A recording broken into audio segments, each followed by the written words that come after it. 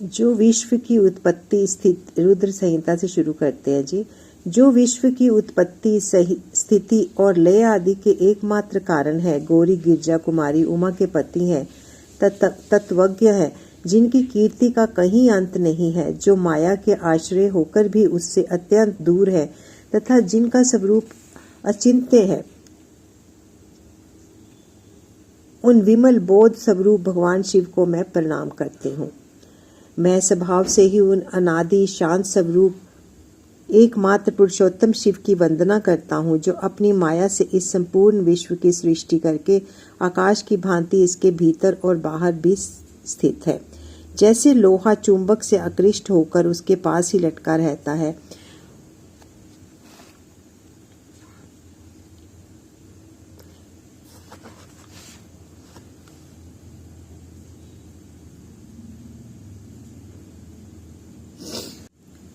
जय गुरु जी। संगत जी, गुरु जी के चरणों में कोटि कोटि नमन। अनंतम अनंतम अनंतम शुक्राना। ओम नमः शिवाय। हम गुरु जी की आज्ञा लेकर आज अपना पाठ शुरू करते हैं जी। और हमने कर लिया था कल विधेश्वर संहिता संपूर्ण और अध्याय 25। तो आज हम शुरू करेंगे अध्याय 26 और रुद्र संहिता का पहला अध्याय हम पढ़ेंगे। संगत जी, गुरु जी की आज्ञा ले लेते हैं मंत्र जाप करके। ओम नमः शिवाय, शिव जी सदा सहाय। ओम नमः शिवाय, गुरु जी सदा सहाय। जो विश्व की उत्पत्ति स्थिति और लय आदि के एकमात्र कारण है, गौरी गिरजा कुमारी उमा के पति है, तत्वज्ञ है, जिनकी कीर्ति का कहीं अंत नहीं है, जो माया के आश्रय होकर भी उनसे अत्यंत दूर है तथा जिनका स्वरूप अचिंतन है, उस विमल बोध रूप स्वरूप भगवान शिव को मैं प्रणाम करती हूँ।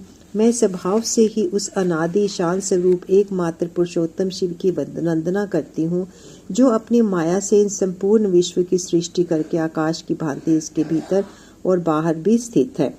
जैसे लोहा चुंबक से आकृष्ट होकर उसके पास ही लटका रहता है, उसी प्रकार ये सारे जगत सदा सब और जिसके आसपास ही भ्रमण करते हैं, जिन्होंने अपने से ही इस प्रपंच को रचने की विधि बताई थी, जो सबके भीतर अंतर्यामी रूप से विराजमान है तथा जिनका अपना स्वरूप अत्यंत गूढ़ है, उन भगवान शिव शंकर की मैं सादर वंदना करती हूँ।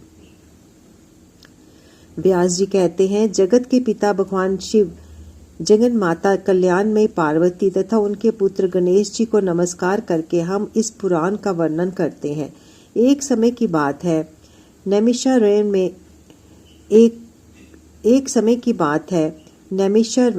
में निवास करने वाले शौनक आदि सभी मुनियों ने उत्तम भक्ति भाव के साथ सूत जी से पूछा।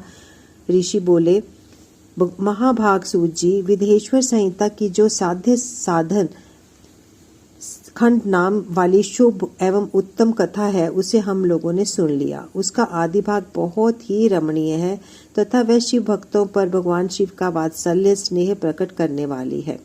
विद्वन, अब आप भगवान शिव के परम उत्तम स्वरूप का वर्णन कीजिए, साथ ही शिव और पार्वती के दिव्य चरित्रों का पूर्ण रूप से श्रवण कराइए। हम पूछते हैं, निर्गुण महेश्वर लोक में सगुण रूप कैसे धारण करते हैं? हम सब लोग विचार करने पर भी शिव के तत्व को नहीं समझ पाते। सृष्टि के पहले भगवान शिव किस प्रकार अपने स्वरूप से स्थित होते हैं, फिर सृष्टि के मध्य काल में वे भगवान किस तरह क्रीड़ा करते हुए सम्यक व्यवहार बर्ताव करते हैं, और सृष्टि कल्प का अंत होने पर वे महेश्वर देव किस रूप में स्थित रहते हैं। लोक कल्याणकारी शंकर कैसे प्रसन्न होते हैं, और प्रसन्न हुए महेश्वर अपने भक्तों तथा दूसरों को कौन सा उत्तम फल प्रदान करते हैं, यह हमसे कहिए। हमने सुना है कि भगवान शिव शीघ्र प्रसन्न हो जाते हैं। वे महान दयालु हैं, इसलिए अपने भक्तों का कष्ट नहीं देख सकते। ब्रह्मा, विष्णु और महेश, ये तीनों देवता शिव के ही अंग से उत्पन्न हुए हैं। उनके प्रकृति की कथा तथा उनके विशेष चरित्रों का वर्णन कीजिए। हे प्रभु, आप उमा के आविर्भाव है और विवाह की कथा भी कहिए। विशेषता उनके गृहस्थ धर्म का अन्य लीलाओं का भी वर्णन कीजिए। निष्पाप सूस्ती, हमारे प्रश्न के उत्तर में आपको ये सब तथा दूसरी बातें भी अवश्य कहनी चाहिए।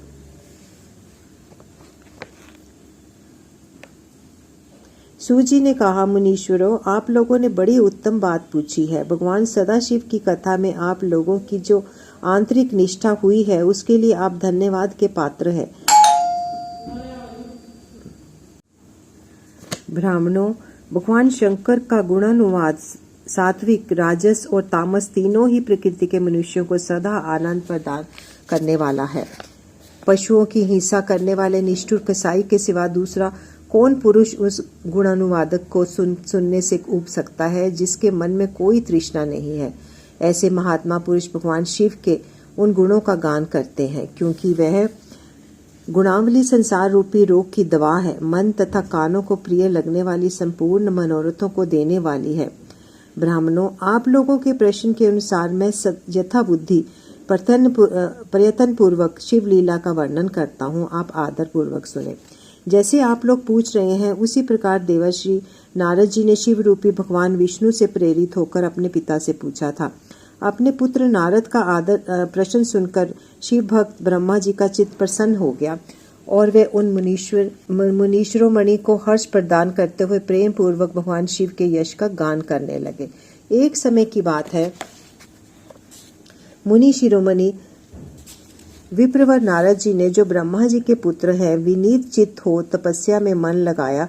हिमालय पर्वत में कोई एक गुफा थी जो बड़ी शोभा से संपन्न दिखाई देती थी। उसके निकट देव नदी गंगा निरंतर वेग पूर्वक बहती थी। वहां एक महान दिव्य आश्रम था जो नाना प्रकार की से सुशोभित था। दिव्यदर्शी नारद जी तपस्या करने के लिए उसी आश्रम में गए। उस गुफा को देखकर मुनिवर नारद जी बहुत प्रसन्न हुए और सुदीर्घ काल तक वहां तपस्या करते रहे। उनका अंतःकरण शुद्ध था। वे दृढ़ता पूर्वक आसन बांधकर मौन हो प्राणायाम पूर्वक समाधि में स्थित हो गए। ब्राह्मणों, उन्होंने वह समाधि लगाई जिसमें ब्रह्मा का साक्षात्कार कराने वाले अहम ब्रह्मास्मि, मैं ब्रह्मा हूँ, वह विज्ञान प्रकट होता है। मुनिवर नारद जी जब इस प्रकार तपस्या करने लगे, उस समय वह समाचार पाकर देवराज इंद्र कांप उठे। वे मानसिक संताप से विह्वल हो गए। ये नारद मुनि मेरे राज्य लेना चाहता है। मन ही मन ऐसा सोचकर इंद्र ने उनकी तपस्या में विघ्न डालने के लिए प्रयत्न करने की इच्छा की। उस समय देवराज ने अपने मन से कामदेव का स्मरण किया। स्मरण करते ही कामदेव आ गए। महेंद्र ने उन्हें नारद जी की तपस्या में विघ्न डालने का आदेश दिया। यह आज्ञा पाकर कामदेव वसंत को लेकर बड़े गर्व से उस स्थान पर गए और अपना उपाय करने लगे।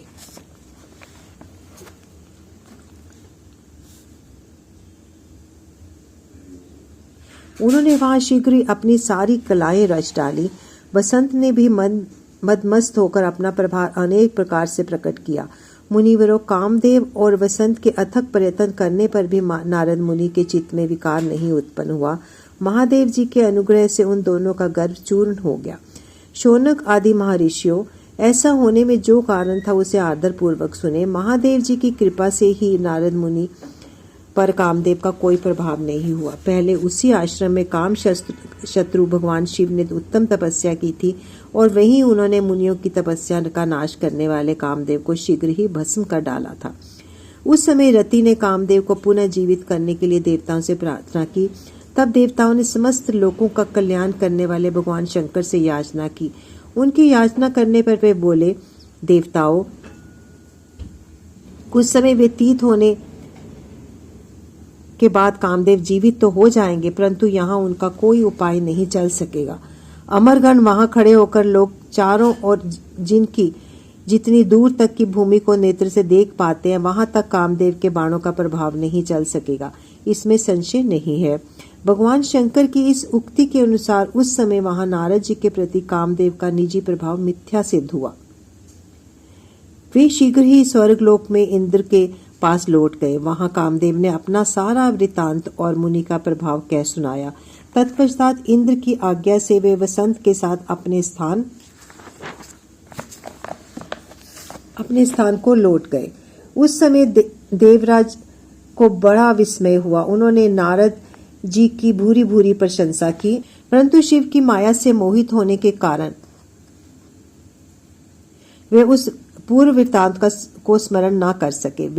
वास्तव में इस संसार के भीतर सभी प्राणियों के लिए शंभु की माया को जानना अत्यंत कठिन है। जिसने भगवान शिव के चरणों में अपने आप को समर्पित कर दिया है, उस भक्त को छोड़कर शेष सारा जगत उनकी माया से मोहित हो जाता है।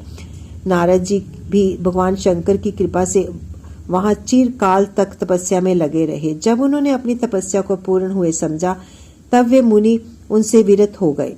कामदेव पर मेरी विजय हुई, ऐसा मानकर उन मुनीश्वर के मन में व्यर्थ ही गर्व हो गया। भगवान शिव की माया से मोहित होने के कारण उन्हें यथार्थ बात का ज्ञान नहीं रहा। वे वह नहीं समझ सके कि कामदेव के पराजित होने में भगवान शंकर का प्रभाव ही कारण है। उस माया से अत्यंत मोहित हो मुनि शिरोमणि नारद अपने काम विजय संबंधी वृत्तांत बताने के लिए तुरंत ही कैलाश पर्वत पर गए। उस समय वे विजय के मद से उन्मत्त हो रहे थे। वहां रुद्रदेव को नमस्कार करके गर्व से भरे हुए मुनि ने अपने आप को महात्मा मानकर तथा अपने ही प्रभाव से कामदेव पर अपनी विजय हुई समझकर उनसे सारा वृत्तांत कह सुनाया।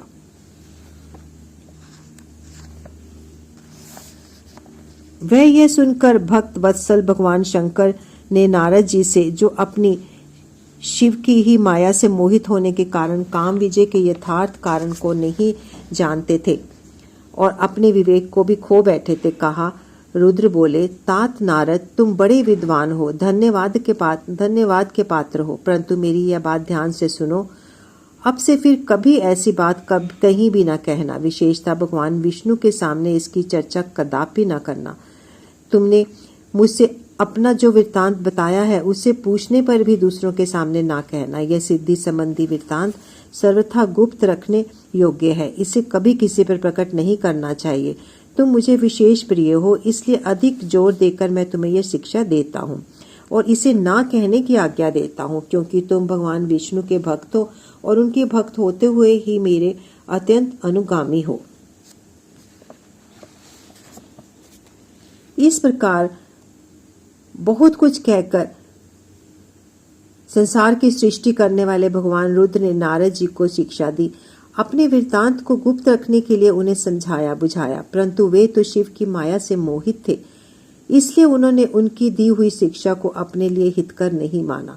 तदंतर मुनि शिरोमणि नारद ब्रह्मलोक गए। वहां ब्रह्मा जी को नमस्कार करके उन्होंने कहा, पिताजी, मैंने अपने तपोबल से कामदेव को जीत लिया है।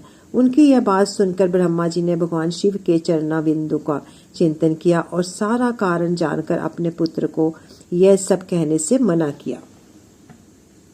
परंतु नारद जी शिव की माया से मोहित थे, अतएव उनके चित्त में मंद का अंकुर जम गया था, उनकी बुद्धि मारी गई थी। इसलिए नारद जी अपना सारा वृत्तांत भगवान विष्णु के सामने कहने के लिए वहां से शीघ्र ही विष्णु लोक में गए। नारद मुनि को आते देख भगवान विष्णु बड़े आदर से उठे और शीघ्र ही आगे बढ़कर उन्हें मुनि को हृदय से लगा लिया। मुनि के आगमन का क्या हेतु है, इसका उन्हें पहले से ही पता था। नारद जी को अपने आसन पर बिठाकर भगवान शिव के चरणारविंदों का चिंतन करके श्री हरि ने उनसे पूछा। भगवान विष्णु बोले, तात, कहाँ से आते हो? यहाँ किस लिए तुम्हारा आगमन हुआ? मुनि श्रेष्ठ, तुम धन्य हो, तुम्हारे शुभ आगमन से मैं पवित्र हो गया। भगवान विष्णु का यह वचन सुनकर गर्व से भरे हुए नारद मुनि ने मद से मोहित होकर अपना सारा वृत्तांत बड़े अभिमान के साथ कह सुनाया। नारद मुनि का यह अहंकार युक्त वचन सुनकर मन ही मन भगवान विष्णु ने उनकी काम विजय के यथार्थ कारण को पूर्ण रूप से जान लिया। तत्पश्चात श्री विष्णु बोले, मुनि श्रेष्ठ, तुम धन्य हो, तपस्या के तो भंडार ही हो, तुम्हारा हृदय भी बहुत उदार है। मुने, जिसके भीतर भक्ति, ज्ञान और वैराग्य नहीं होते, उसी के मन में समस्त दुखों को देने वाला काम, मोह आदि विकार शीघ्र उत्पन्न होते हैं। तुम तो नैष्ठिक ब्रह्मचारी हो तथा ज्ञान वैराग्य से युक्त रहते हो, फिर तुम में काम विकार कैसे आ सकता है? तुम तो जन्म से ही निर्विकार तथा शुद्ध बुद्धि वाले हो। श्री हरि की कही हुई ऐसी बहुत सी बातें सुनकर मुनि शिरोमणि नारद जोर जोर से हंसने लगे और मन ही मन भगवान को प्रणाम करके इस प्रकार बोले, स्वामिन, जब तुम मुझ पर आपकी कृपा है, तब बेचारा कामदेव अपना क्या प्रभाव दिखा सकता है? ऐसा कहकर भगवान के चरणों में मस्तक झुकाकर इच्छा अनुसार विचरने वाले नारद मुनि वहां से चले गए। अध्याय 2 की समाप्ति, रुद्र संहिता के अध्याय नंबर 2 की समाप्ति हो गई है संगत जी।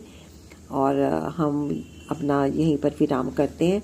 आप छोटा छोटा, मैं इसलिए पढ़ती हूँ, छोटे छोटे अध्याय पढ़ती हूँ, एक एक दो दो अध्याय, ताकि आप आराम से इसे बैठ के सुन सके। बहुत लंबा होने पर आपको बीच में ही रुकना पड़ेगा। तो आज्ञा चाहते हैं गुरु जी से। कल हम दोबारा से इसे शुरू करेंगे। आगे तीसरा और चौथा रुद्र संहिता का अध्याय नंबर 3 शुरू करेंगे। तब तक के लिए आप सबकी आज्ञा चाहती हूँ और गुरु जी से भी आज्ञा लेते हैं। ओम नमः शिवाय। शिव जी सदा सहाय। ओम नमः शिवाय। गुरु जी सदा सहाय। गुरु